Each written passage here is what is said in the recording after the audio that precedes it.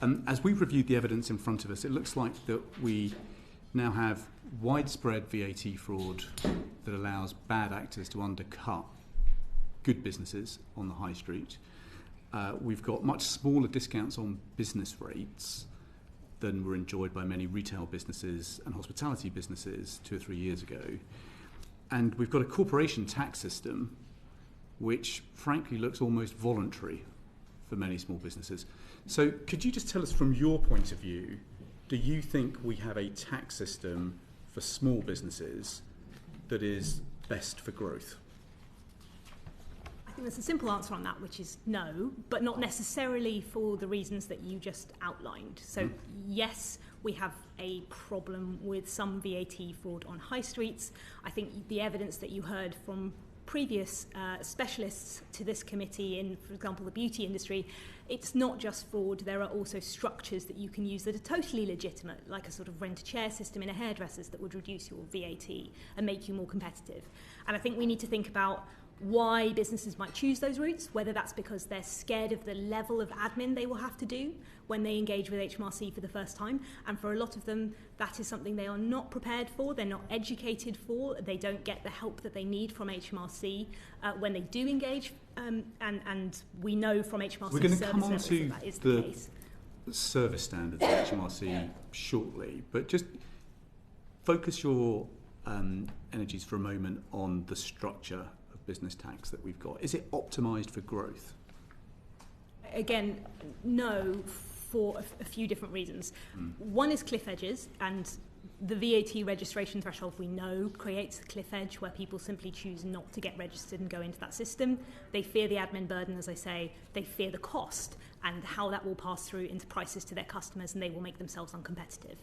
The same happens in the business rate system. As you say, reliefs have been slashed, but also there is a cliff edge where you pass over a certain threshold of rateable value. That's the amount that you're paying to rent the space that you're using for your business, and you suddenly have to pay tax on all of that rateable value when you had to pay nothing before. So that can discourage small businesses from expanding into better quality premises, into investing in their premises. It can discourage them from growing to new sites and moving from one site to two because they lose the reliefs at that point as well.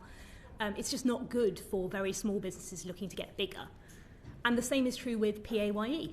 We have now got an employment allowance that's gone up last year, but at the same time, NIC's rates went up. So you want to keep your PAYE bill down by hiring fewer people. So you fit below that higher employment allowance rather than having to pay 15% on your PAYE bill above it. So there's lots of reasons why... There's a catalogue of problems. How damaging is that catalogue of problems for growth? The thing that's really difficult about giving any kind of numbers or scope on this is how do you check the counterfactual?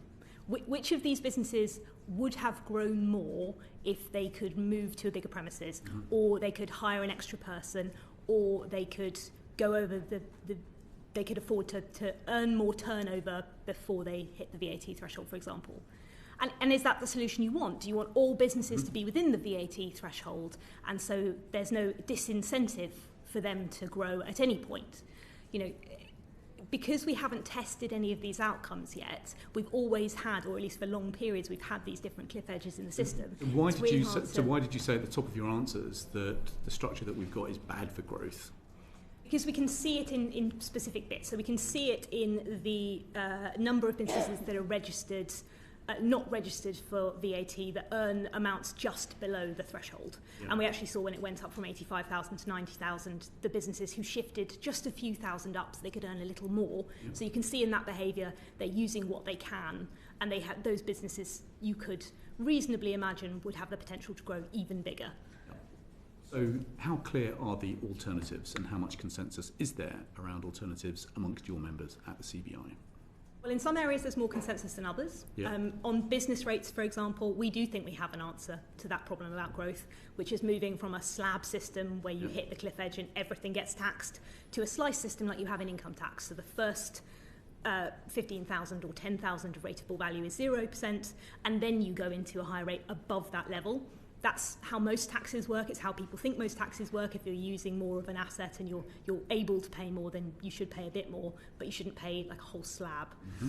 That we produced a report on that a couple of years ago that had full sort of member support and consensus. It works for small businesses. It works for larger businesses with disparate estates. If you're a Tesco, you might have been consolidating your estate into bigger shops, for example, but this will keep you on the high street and keep you in the Tesco Expresses. And on VAT reform?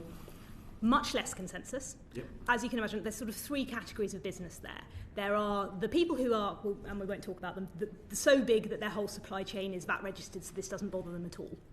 And then there are the people who are around the VAT threshold, and that's businesses who are over, who might say what you need to do is raise the threshold so that I am out of the system, or they might say you need to drop the threshold so the people I'm competing with are in the system, but you won't get any consensus from the businesses about what the right approach is. Anyone who's currently under the threshold is much more likely to say put it up, because I could earn more and I wouldn't have to worry about it. Regardless, nonetheless, you think that the way that system operates at the moment is not good for growth? No. Okay. Alison, what's your view on whether the business tax system we've got for small businesses good for growth or could be improved? I mean, I would agree with Alice. Overall, I don't think it is good for growth, and I would agree with a lot of the points, particularly on the VAT system. I think one thing I'd really like to add to that is one of the kind of barriers to growth, if you like, is around a lack of consistency and certainty. It's the message that we get frequently from all sizes of business when we talk about what they want out of a tax system, and it is understanding what they need to do for the medium term, and not having changes sprung on them all the time. After listening to that discussion, one truth becomes impossible to ignore: Britain's small businesses are being squeezed from every angle. The people who take risks, who open their shops at dawn, who hire locally and keep the economy alive, they're facing a system that seems almost designed to hold them back. From tangled VAT rules to punishing cliff edges on business rates, every step forward feels like walking into quicksand. Each threshold meant to bring fairness ends up becoming a barrier, one that stops a local bakery from hiring an extra worker, or prevents a small cafe from expanding to a second location. And the irony? These are the very businesses that power Britain's growth. They're the backbone of the high street, yet they're operating under a structure that rewards staying small and punishes ambition.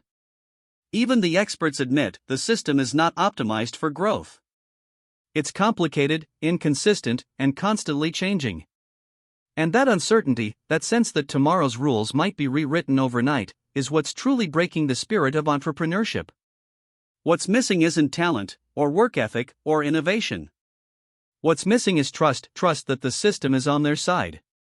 Because when small business owners have to think twice before growing, before hiring, before dreaming bigger, it's not just numbers we lose. It's the heartbeat of the local economy.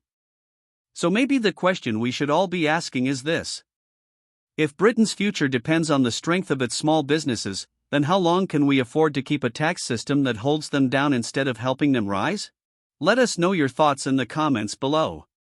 Don't forget to like this video, subscribe to our channel for more in-depth political commentary, and hit that notification bell so you don't miss our next deep dive into the world of power and politics. Thanks for watching.